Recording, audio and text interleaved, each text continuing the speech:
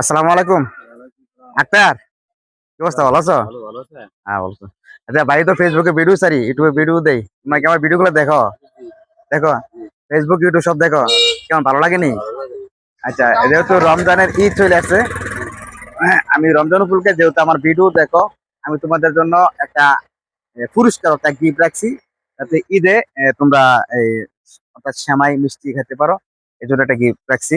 ঠিক আছে, এটা কোনো মাইন্ডের কোনো কিছু না, এটা তোমাদের জন্য পুরস্কার জি, গিফট। জি। ঠিক আছে, তোমরা যেহেতু আমার ভিডিওগুলো সবসময় দেখো, আমি চেষ্টা করি যারা আমার ফান ফলোয়ার আছে সবাইকে দেওয়ার জন্য।